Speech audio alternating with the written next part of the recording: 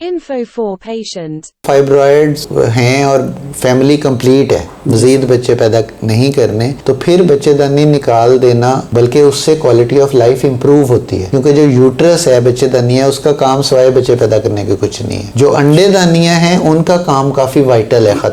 खातून की जो जिस्मानी सेहत है उसमें बहुत सी चीजें मेंटेन होती हैं, उनकी हड्डियों की सेहत, उनकी स्किन का टेक्सचर, उनकी स्किन की सॉफ्टनेस, उनकी जो मूड है अच्छा होना, जिनसी जिंदगी है, हर चीज जो है वो जनाना हार्मोन से उसकी सेहत बरकरार रहती है। तो जब हम बच्चेदानी निकालने का ऑपरेशन करते हैं तो अगर अंडेदानियां नॉर्मल हैं, जो उम्र है वो काफी दूर है, कुछ साल उसमें बाकी हैं, तो हम अंडेदानियां बचा ले ताकि खातून को ये चीज जो हार्मोन्स हैं वो मिलते रहें। बाकी अदरवाइज अगर ऑपरेशन सही हो गया और उसके बाद रिकवरी भी सही हो गई तो फिर तो खातून की क्वालिटी ऑफ लाइफ बहुत अच्छी हो जाती है। जो हम असल बात है, जो अवेयरनेस है, वो खवातीन तक पहुंचाएं ताकि जो लोग ये गलत इंफॉर्मेशन देते हैं, यूट्रस निकालने से ना तो वजन बढ़ता है, ना किसी किस्म की कोई कमजोरी होती है, ना काम करने की सलाहियत कम होती है। असल में आमतौर पे खवातीन की यूट्रस निकाल ली जाती है लेट 30s में या अर्ली 40s में, 40 साल की उम्र के।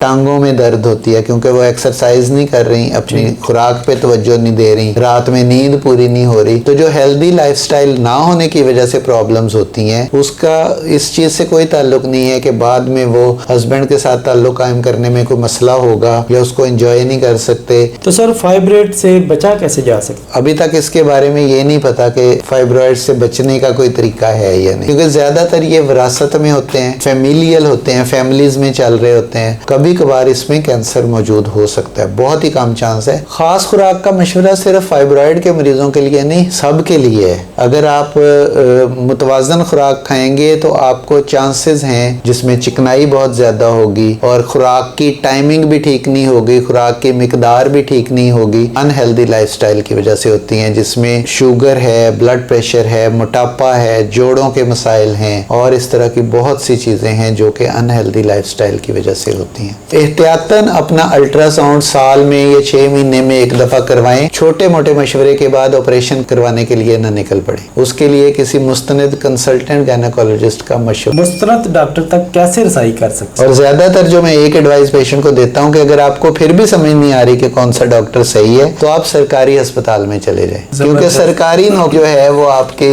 जो दस्तावेजात हैं उनको तस्दीक किए बगैर नहीं मिलती। गली मोहल्ले में तो कोई भी डॉक्टर का बोर्ड लगा के बैठ सकता है जिसके पास नई डिग्री, लेकिन सरकारी अस्पताल में चाहे आपको थोड़ा सा इंतजार ज्यादा करना पड़े, थोड़ी सी खज्जल खराबी ज्यादा हो, लेकिन डॉक्टर जरूर मुस्तनद होगा। ये सर आपने मेरे वो दिल वाली बात की है कि मैं भी मरीजों को यही कहता हूँ, अगर आपको नहीं समझ लग रही ना तो आप सरकारी हॉस्पिटल में चले जाए, उधर से डॉक्टर का पूछ लें, उनके बारे में पूछें, उनका कार्ड लें और उनके क्लिनिक में आप जाके। नहीं, सरकारी अस्पताल में भी दिखा सकते हैं, सरकारी क्लिनिक में जाके सरकारी हॉस्पिटल में भी दिखा सकते हैं और क्लिनिक पे भी जाके दिखा सकते हैं अगर आप वेट नहीं कर सकते, क्योंकि मिथ्स बहुत ज्यादा है और मिथ्स को ब्रेक करने वाले लोग काम में। तो मैं आपको इस पे मुबारकबाद देता हूँ कि आप इतना अच्छा काम कर रहे हैं। Thank you sir. क्योंकि चैनल को देखते 2 लाख लोग हैं 28 दिनों में और सब्सक्राइब करते हैं 2000 लोग।